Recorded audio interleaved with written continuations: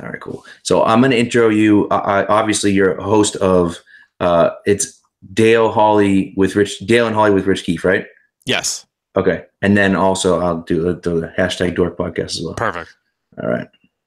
All right, so we're going to welcome on the show Rich Keefe. He is one of the hosts of the Dale and Holly with Rich Keefe show from 2 to 6 on WEI, and he's also the host of the hashtag Dork podcast. So thanks for coming on, Rich. We appreciate it. No problem. Thanks for having me. Of course. So tons to talk about in the Boston sports scene. I do want to talk about one thing though. The Ron Borges article I think is not that it's comical. I don't want to dance on anyone's grave for sure, but he's been Patriots hated for so long that I feel like for Boston fans at least is kind of like, oh, that's kind of we're not super upset. I feel like. I know it. He really is a guy who a lot of people have had their issues with. He's had issues too. I mean, you go back to the plagiarism stuff. He definitely does not have a perfect record, and I think that it's just an example of a guy being really lazy. Like this is not something that you should do. And I'm with you. I'm not one of these guys that would ever say, oh, like you should lose his job, or like I'm going to celebrate the fact that he may lose his job. I'm not going to do that because something could happen to me in a few years or tomorrow, right? And then I don't want people doing the same thing to me. People do make mistakes. However, what he did was reckless. Like you don't take a phone number, you don't like a guy that you've never seen before, or you've never gotten a message from this number, and you take that, you use that, and then you write a story on it.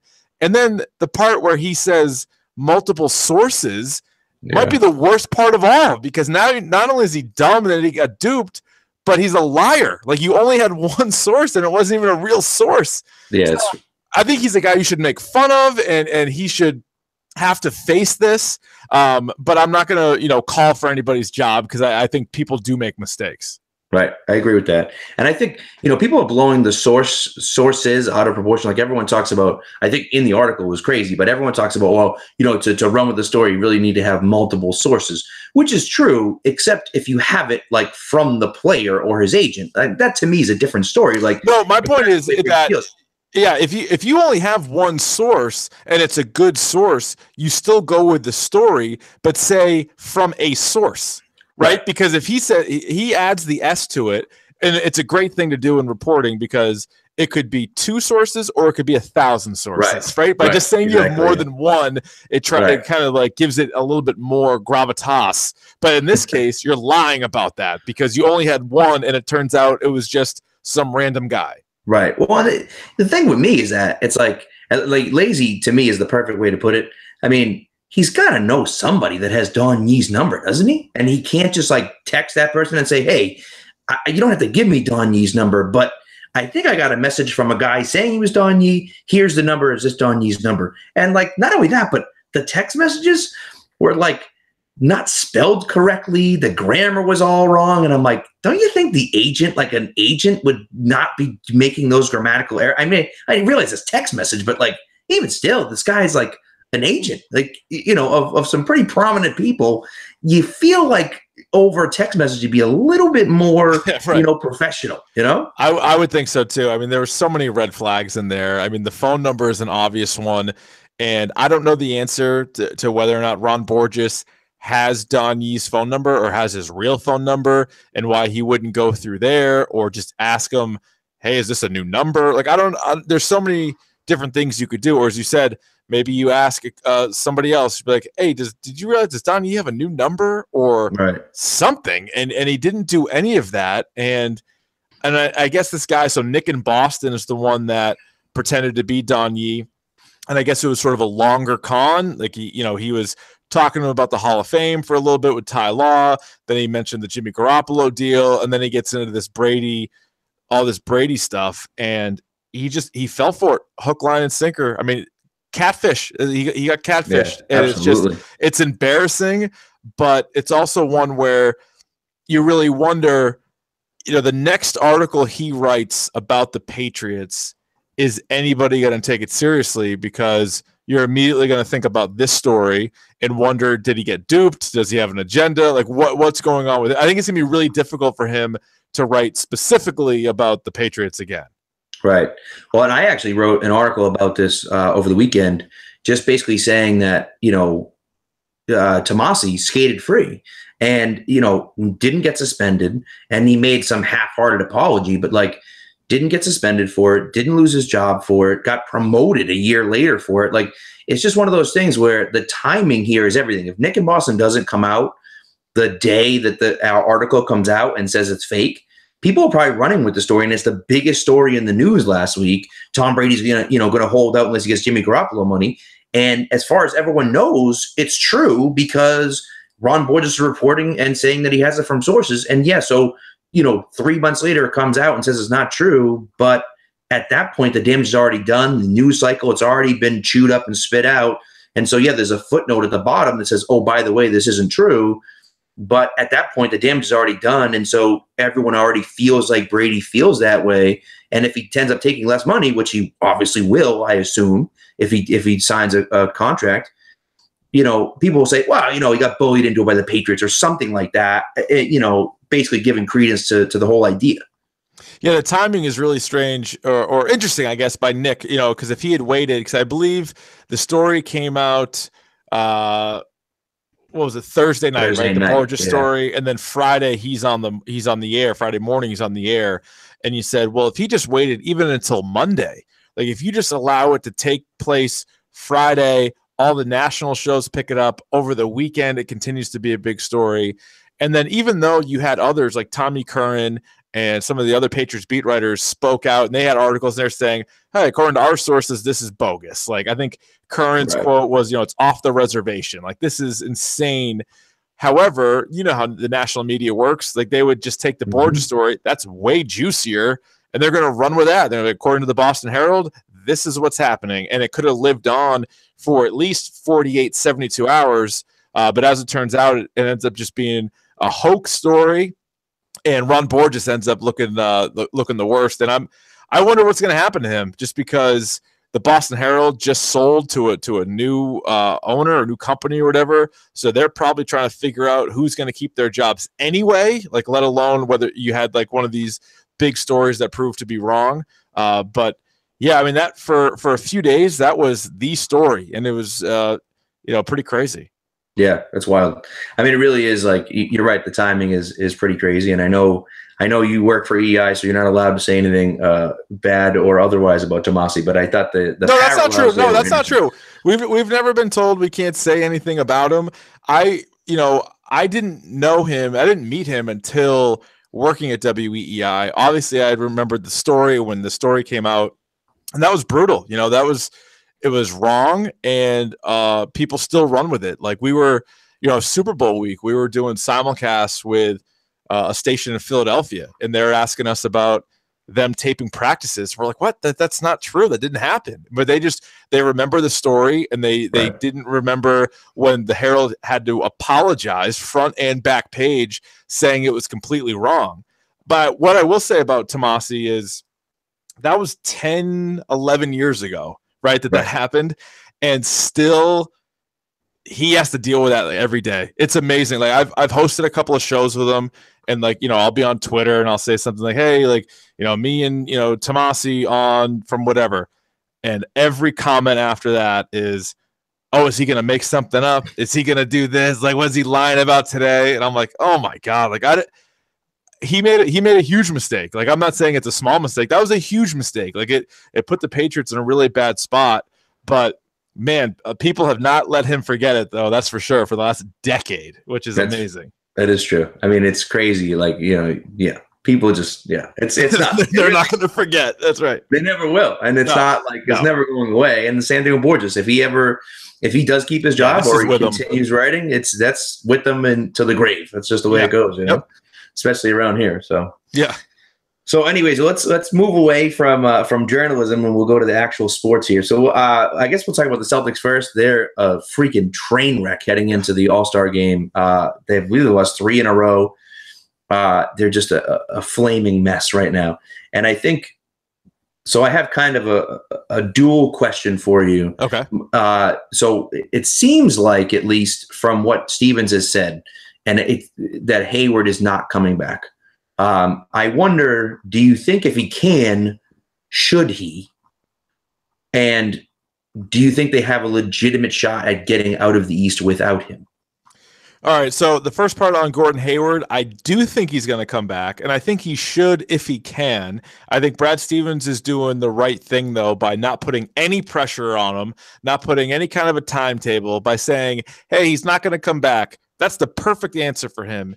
Meanwhile, he can work his way back, and if he does show up, it's great. It's literally the opposite of what the Red Sox would do. Whereas the Red Sox would have somebody get hurt, and they're like, oh, yeah, 3 weeks, he'll be back. And then 3 weeks goes by, and they're like, well, where is he? And they're like, maybe another week or two. And you're like, well, you did this to him. Like, what are you making excuses for? So smart by Stevens to say that. I think my prediction is Hayward will come back, not going to be in like a starting role, but maybe you can get 20 minutes from him, and maybe he can still be a productive offensive player. As far as can they win the East without him, I think they can. I think it's going to be really, really difficult. I think Toronto, who nobody's talking about, is having a great year. They're the best home team. So if they finish the year with home court, they're going to be tough. I know the NBA, the league, is going to want either LeBron or even the Celtics to be there just for the finals ratings purposes, but Toronto is playing great. LeBron obviously is going to have to be there with his new team and the Celtics. So it's a 3-team race right now, even if Hayward doesn't come back. Celtics are playing the worst right now, but they still got, they got a week off, and then they're going to have whatever it is, 25 or however many games, 30 games they have remaining. I think they can right the ship from where they are right now. I think they can get better. And right now, I'm not as confident as I was 2 weeks ago, but right now I do still think they win the East. And maybe that's just me being a super fan of the team, but I think they can still win. I have enough faith in Kyrie Irving that he can carry them past the Cavs and the Raptors. Yeah, I mean, it makes sense. I'm with you on that. I think what's happened with Hayward has been a little scary. I just feel like hasn't been as good as he was early in the year, which makes sense. He's a young kid, and he's hitting maybe that rookie wall a little bit. So maybe this week off will help him. The scariest thing for me is LeBron, because I don't know how much better on paper the team is after all the trades, but I know that LeBron is happier, and when he's happier and is willing to play hard, he can win a series basically by himself against pretty much anybody. Yeah, no, he definitely can, and he's definitely happier right now. But let's see what happens in another 20 games, and if Rodney Hood starts taking too many shots, or if Jordan Clarkson misses a key shot, like all of a sudden LeBron might start to get upset. And Kevin Love's coming back, and I like Kevin Love. I've always been a big Kevin Love fan.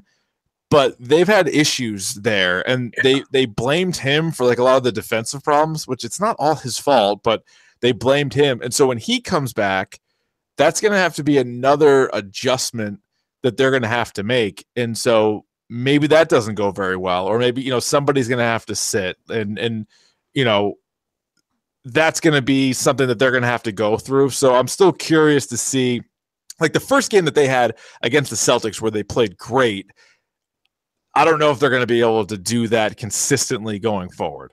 Right. Yeah. It's certainly a valid concern. So we're heading into All-Star Weekend. So I just wondered if you had, I don't know if you had looked at the lineups at all for the slam dunk contest or the three-point shootout. I wondered if you'd want to handicap them at all. If you thought if you had a winner on either one. All right. Give me the 3-point guys. Do you have them in front of you? So 3-point guys: Eric Gordon, Klay Thompson, Paul George, Kyle Lowry, and I don't know the rest of the guys. The rest, I don't know. Those are the 4 guys that I looked at because I thought Paul George and Lowry was weird that they were on there, because I thought, like, to me it's like a Kyle Korver type, of thing where it's like just the 3-point shooters. I was like, Paul George, what's he doing there? Okay. No, I think I got it. So it's Bradley Beal, Devin Booker, Eric Gordon, Wayne Ellington, Paul George, Tobias Harris, Kyle Lowry, Klay Thompson.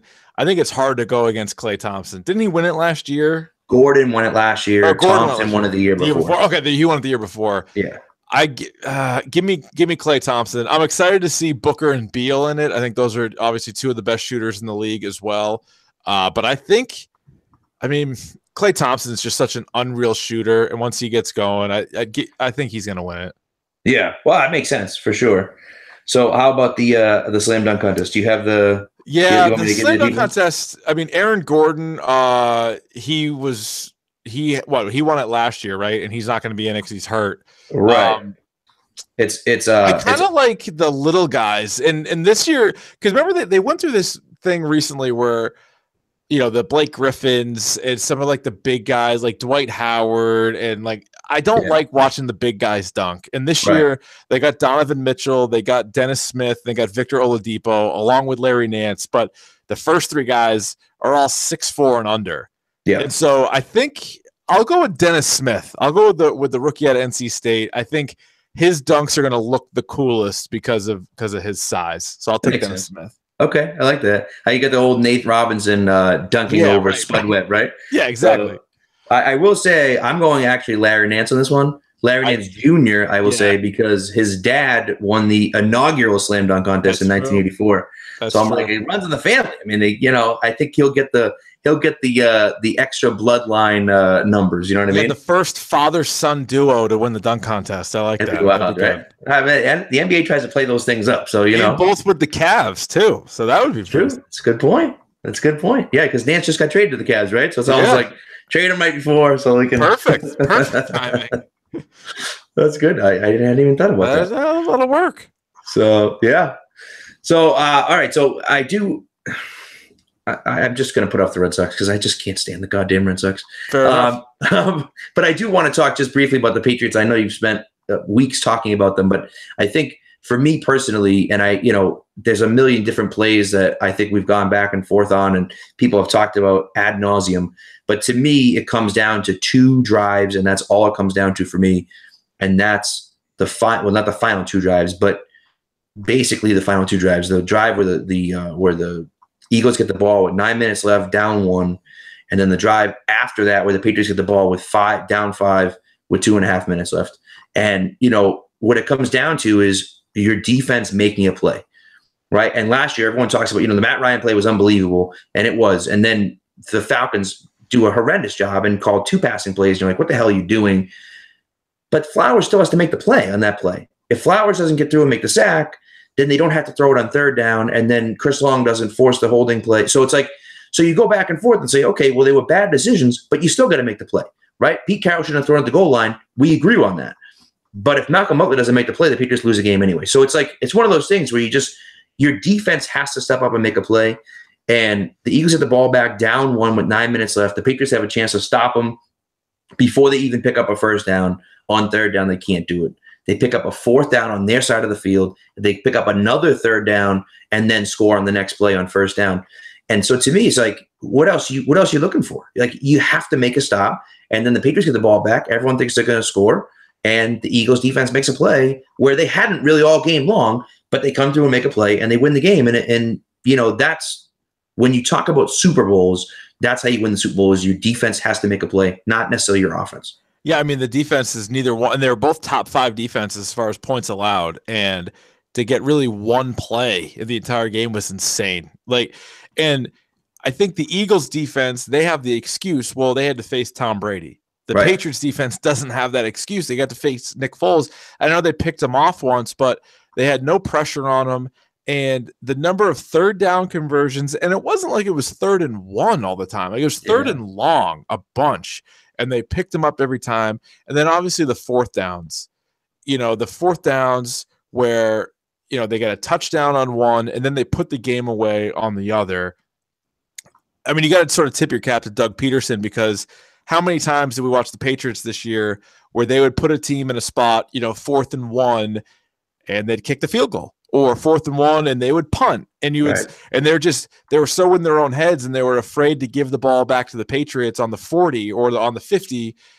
But the Eagles knew that their defense wasn't going to get that stop. I mean, they got the 1, but they knew overall they weren't going to get a bunch of those stops. And they said, our offense is going to have to win it. And they did. And so that's the biggest takeaway. I think going forward, that's what teams have to do. Like, whether you're the Dolphins or the Steelers or whoever, when you face the Patriots, you're going to have to go for it. You know, the field goals aren't going to beat them and things like that. So you're going to have to be super aggressive, just like the Eagles were to win. Right. I think, and to me, and I think you're right about that. To me, just moving to the Patriots side of it here, I just feel like there's some unfinished. I feel like if they had won this one, you'd kind of look at it and say, all right, Brady's got 6, Belichick's got 6. We want to win freaking 12.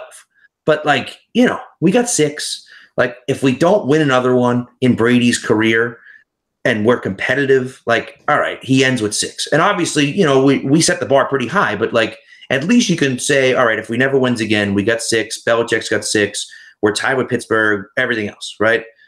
But now losing this one, it almost feels like there's, like, unfinished business.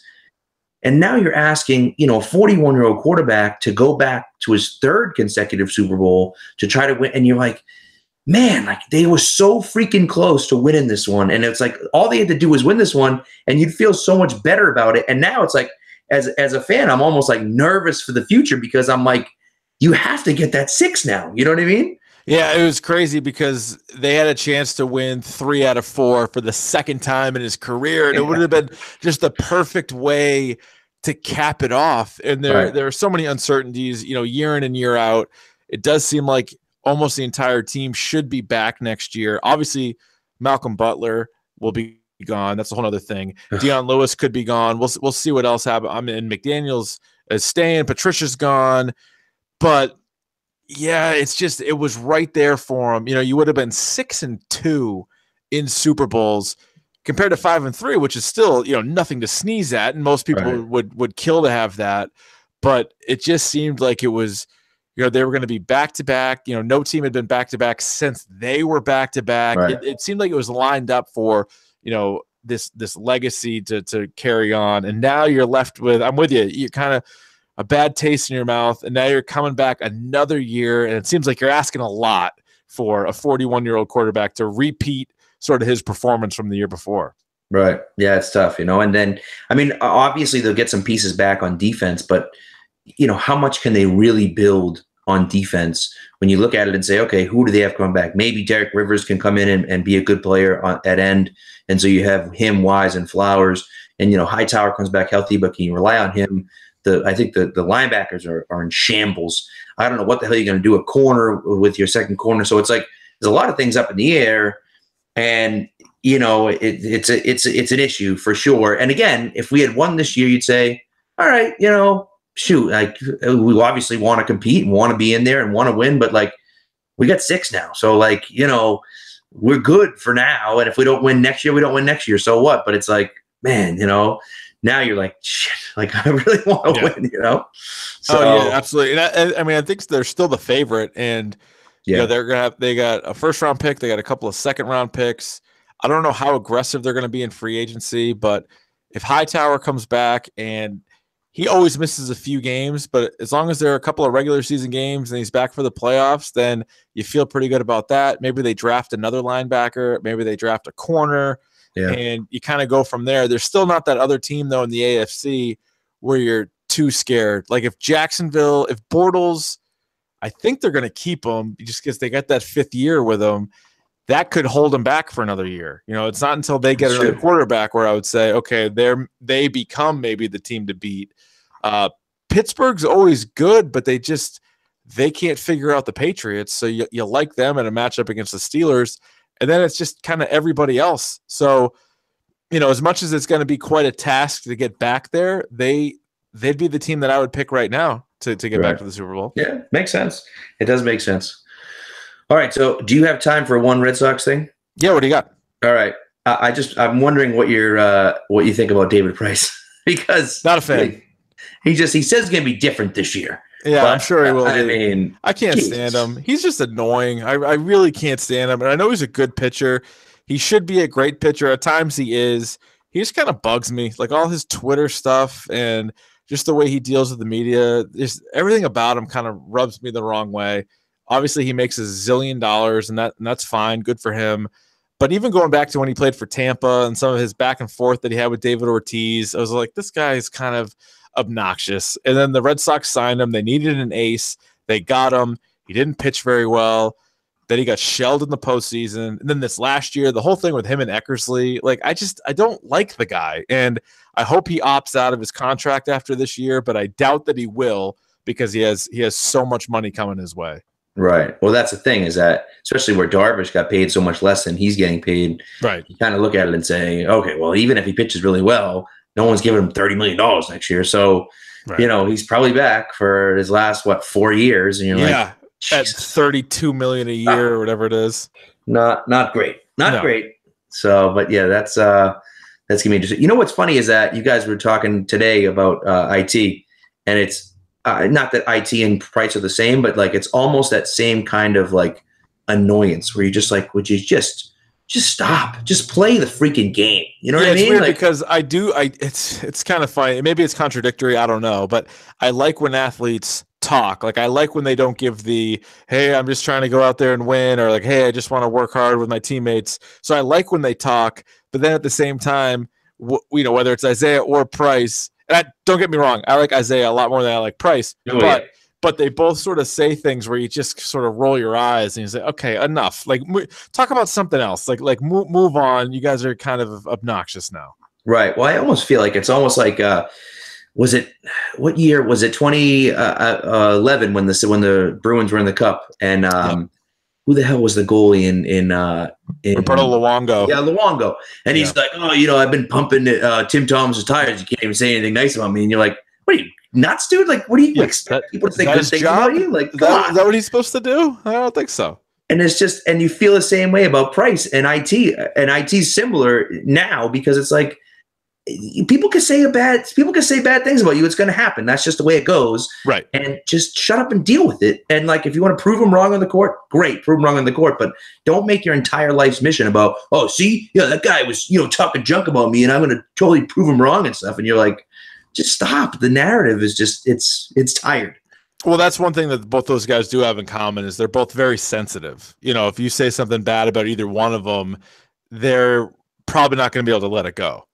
Right. And IT has used it, I think, in his favor for the most part. Didn't work out in Cleveland, obviously, but but Price. But no, for the most part, it has, yeah. Yeah, but Price to me is like he gets in his own freaking head, and he just gets so worried about what people say about him and proving them wrong, and it's a mess. It's a mess. It's a whole thing. So, but yeah. So I don't know. So I guess that's it. Well, Red Sox wise, what do you think about them this year? I mean, obviously we don't know if they're going to sign JD Martinez yet.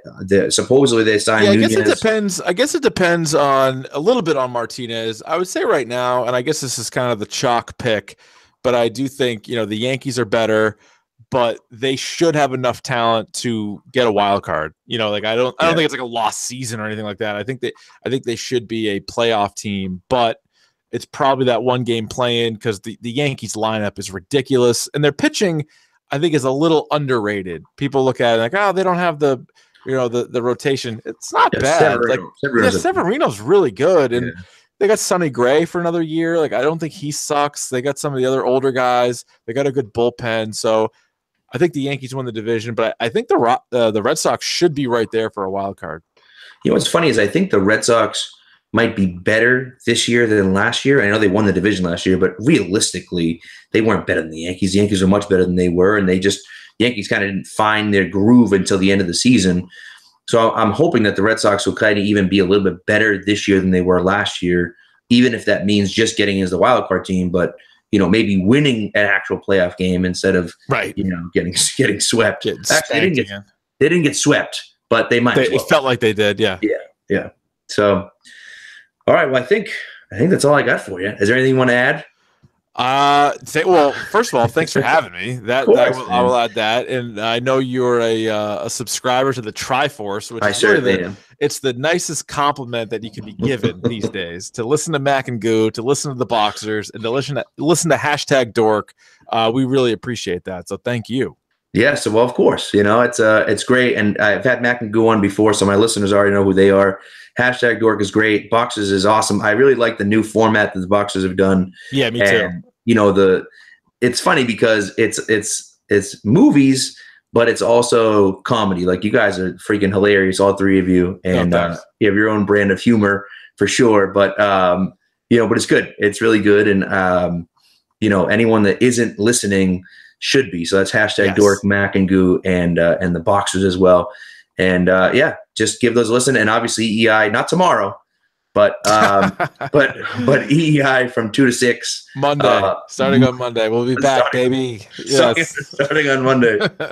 So well, thank you. Well, thanks for coming on. I appreciate it. No problem, man. And is it Rich Keefe? Is it at Rich Keefe?